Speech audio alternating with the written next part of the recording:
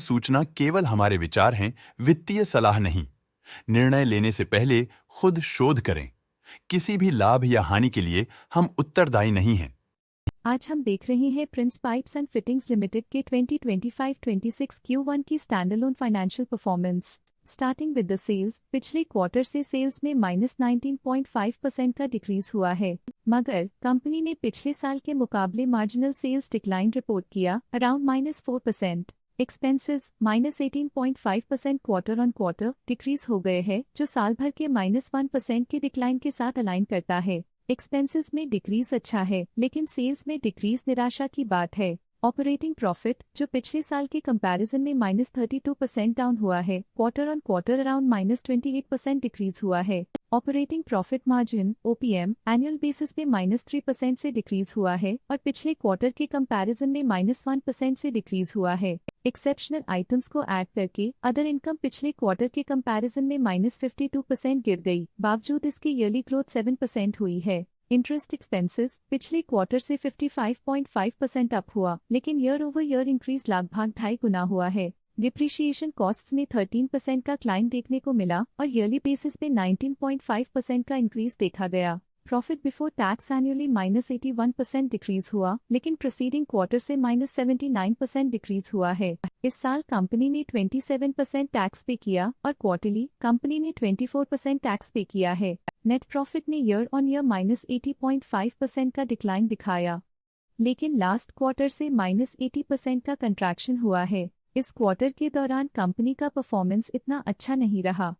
Negative net profit losses को indicate करता है। वहीं अगर एनुअल एनालिसिस की बात करें तो साल के दौरान कंपनी का परफॉर्मेंस अच्छा नहीं रहा। नेगेटिव नेट प्रॉफिट का मतलब है कि कंपनी प्रॉफिट के कंपैरिजन में नुकसान उठा रही है। अर्निंग्स पर शेयर EPS में ईयरली -80% का डिक्रीज देखा गया, लेकिन क्वार्टरली में 80% की गिरावट भी नजर आई। इस क्वार्टर में कंपनी का EPS इतना अच्छा नहीं रहा। नेगेटिव प्रॉफिट कमजोर एफिशिएंसी को दिखाता है। Prince Pipes and Fittings Limited के फाइनेंशियल स्नैपशॉट को रिव्यू करते हुए कुछ मुख्य ट्रेंड्स सामने आए हैं, जो कंपनी की परफॉर्मेंस पे रोशनी डालते हैं। जून 2022 से जून 2025 तक Prince Pipes and Fittings limited की फाइनेंशियल जर्नी में सबसे पहले बात करते हैं सेल्स की। इस साल सेल्स में -4.5% की गिरावट आई है और पिछले 4 सालों में भी -15% की गिरावट देखी गई है, जो एक लंबे समय तक गिरावट को दर्शाता है। पिछले 3 सालों से सेल्स गिरती जा रही है, जो बड़े मार्केट चैलेंजेस को दर्शाता है जिन पर स्ट्रेटेजिक ध्यान देने की जरूरत है। अब बात करते हैं एक्सपेंसेस की। इस साल एक्सपेंसेस में 3% की बढ़ोतरी हुई है, लेकिन पिछले 4 सालों में एक्सपेंसेस में -5.5% की गिरावट भी हुई है। इस साल हालांकि एक्सपेंसेस सेल्स से थोड़ा ज्यादा बढ़े हैं, मगर ग्रोथ रेट्स का करीब होना स्टेडी ऑपरेशनल कॉस्ट को दर्शाता है। चैलेंजेस से गुजरते हुए ऑपरेटिंग प्रॉफिट ने इस साल -61% की डाउनटर्न देखी, जो एक ट्रेंड को कंटिन्यू करता है पिछले 4 सालों में -70.5% की डिक्लाइन के साथ।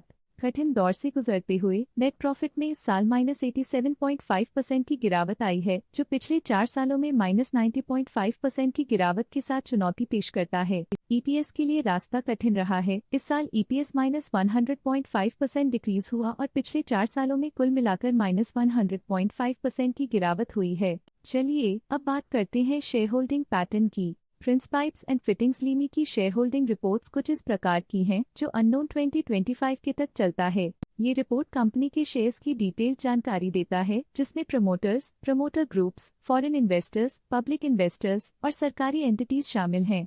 पब्लिक द्वारा हेल्ड शेयर्स का परसेंटेज 17.89% से इंक्रीज होकर 2025 के में 19.58% तक का इंक्रीज से देखा गया। ये चेंजेस स्टेट है कि पब्लिक की इन्वेस्टमेंट कंपनी में क्वार्टर टू क्वार्टर इंक्रीज हुई है।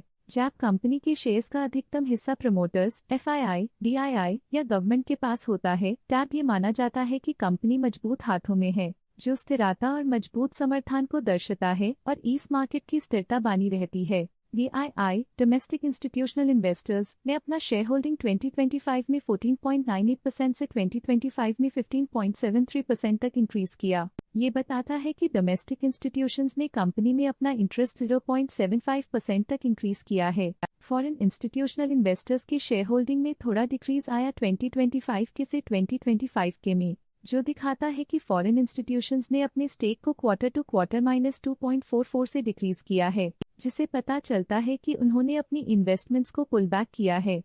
ये था कंपनी का करंट शेयर होल्डिंग पैटर्न। चलिए झांकते हैं इस क्वार्टर की प्रमोटर डील्स पर जो विशेष रूप से सुर्खियों में रही। 20 जून 2025 को डायमंड फैमिली ट्रस्ट ने 41.5 लाख शेयर्स खरीद लिए, जिसका टोटल था 20 जून 2025 को डायमंड फैमिली ट्रस्ट रिवाइज्ड ने 41.5 लाख शेयर्स खरीदे। 20 जून 2025 को एमरल्ड फैमिली ट्रस्ट ने 51.9 लाख शेयर्स खरीद लिए, जिसका टोटल था 20 जून 2025 को एमरल्ड फैमिली ट्रस्ट रिवाइज्ड ने 51.9 लाख शेयर्स अपने पोर्टफोलियो में शामिल किए। 20 जून 2025 को लोटस फैमिली ट्रस्ट ने 52 लाख शेयर्स खरीद लिए, जिसका टोटल था 20 जून 2025 को लोटस फैमिली ट्रस्ट रिवाइज्ड ने 52 लाख शेयर्स खरीदे।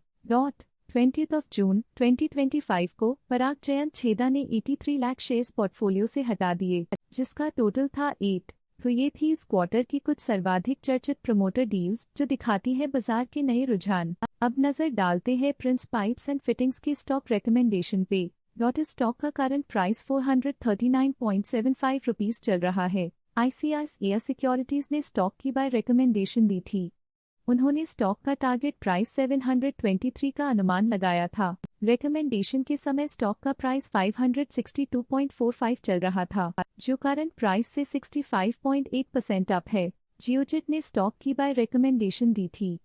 उन्होंने स्टॉक का टारगेट प्राइस 659 का अनुमान लगाया था। रिकमेंडेशन के समय स्टॉक का प्राइस 562.45 चल रहा था, जो करंट प्राइस से 51.1% अप है। आज के लिए फाइनेंशियल सेक्टर में इतना ही। देखने के लिए धन्यवाद। स्टॉक लेटेस्ट न्यूज अपडेट के लिए चैनल को सब्सक्राइब करें और वीडियो को लाइक एंड शेयर करें।